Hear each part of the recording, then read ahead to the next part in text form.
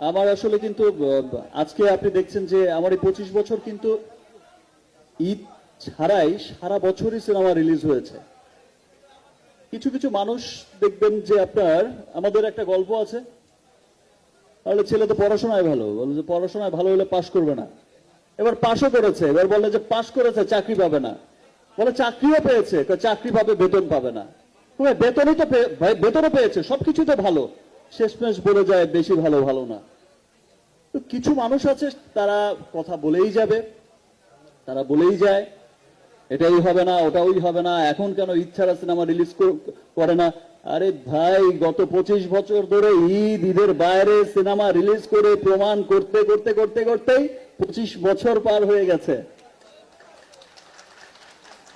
এখন বিষয়টাকে আমি আর প্রমাণের মধ্যে দেখি না যে আমাকে আর কিছু প্রমাণ করতে হবে। এখন শুধু আমি কাজ করতে চাই, কাজ করে যাচ্ছি আমার সেই ভালোবাসার মানুষদের জন্য, যারা আমি 9 মাস পর বিদেশ থেকে যখন ফিরেছি, ইউএস থেকে, তখন যারা লাইন ধরে দাঁড়িয়েছিল। আমি কাজ করতে চাই তাদের জন্য, আপনাদের জন্য, মিডিয়া কর্মীদের জন্য। আমি যখন এয়ারপোর্ট থেকে নেমে আমি লাউঞ্জের দিকে আসছিলাম, দেখি যে সমস্ত কর্মীরা, আপনারা আমাকে, আমার সেই বন্ধুরা, আমার সেই ভাইরা, সেই বোনরা, সবাই আপনারা সবার ক্যামেরা নিয়ে সবাই যার যার মতো কিন্তু সেখানে এই যে একটা ওয়ার্ম ওয়েলকাম, এই যে একটা ভালোবাসা, আমি সত্যি সত্যি সেই ভালোবাসার দাম দিতে চাই। সেই জন্যই আমি এখন সিনেমা খুব কম করি।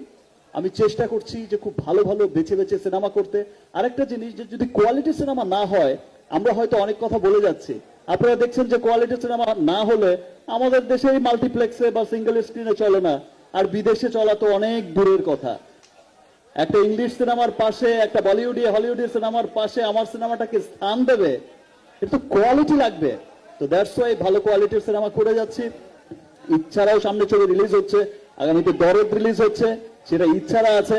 আরেকটা সিনেমারও প্ল্যান হয়েছে, সেটাও ইচ্ছারা। তো ঈদ ছাড়া এটা কোনো ব্যাপার না।